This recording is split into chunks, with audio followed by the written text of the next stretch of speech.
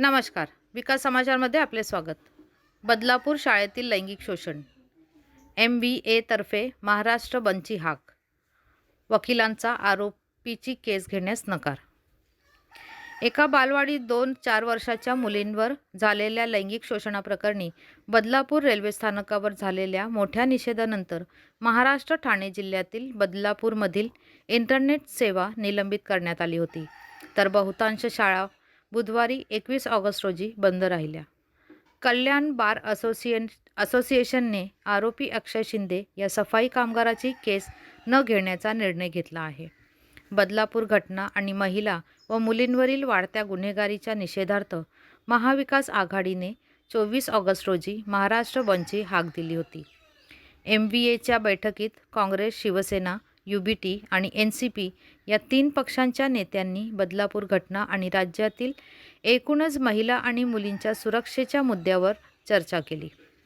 गेल्या आठवड्यात शाळेच्या सफाई कामगाराने 2 मुलींचे लैंगिक शोषण केल्याच्या आरोपानंतर हजारो आंदोलकांनी स्टेशनवर रेल्वे ट्रॅक अडवून स्थानिक शाळेच्या इमारतीवर धडक दिल्याने संपूर्ण बदलापूर शहर मंगळवारी अक्षरशः ठप्प झालं. लैंगिक शोषणाच्या घटनेवरून आंदोलकांनी पोलिसांवर दगडफेक केली आणि शाळेच्या इमारतीची तोडफोड केली. पोलिसांनी आंदोलकांना पांगवण्यासाठी लाठीचार्ज केला आणि रेल्वेमार्ग मोकळा केला. शाळेच्या स्वच्छतागृहात अक्षय शिंदे यांनी मुलींना शिवीगाळ केल्याचे फिर्यादीत म्हटले आहे. या घटनेच्या पार्श्वभूमीवर शाळा व्यवस्थापनाने मुख्याध्यापक, वर्गशिक्षिका आणि महिला परिचर यांना निलंबित केले आहे. 2 मुलींच्या लैंगिक शोषणाच्या चौकशीत कर्तव्यात कसूर केल्याप्रकरणी एका वरिष्ठ पोलीस निरीक्षकासह 3 पोलीस अधिकाऱ्यांना निलंबित करण्याचे आदेश राज्य सरकारने मंगळवारी दिले. शाळेतील मुलांचे संतप्त पालक आणि अनेक महिलांसह स्थानिक नागरिक मंगळवारी सकाळी शाळेबाहेर जमले आणि त्यांनी रेल्वे स्थानकावर रेल रोको आंदोलनही केले आणि सकाळी 8:30च्या सुमारास लोकल गाड्यांचा मार्ग रोखून धरला. महिलांसह काही आंदोलकांनी नंतर शाळेचे गेट, खिडक्या, बाक आणि दरवाजे तोडून शाळेच्या मालमत्तेचे नुकसान केले.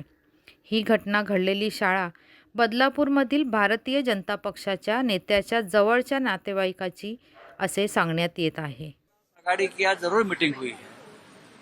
हम आए थे सीट शेयरिंग की चर्चा करने के लिए, लेकिन जो बदलापुर का इंसिडेंट है बहुत ही दर्दनाक.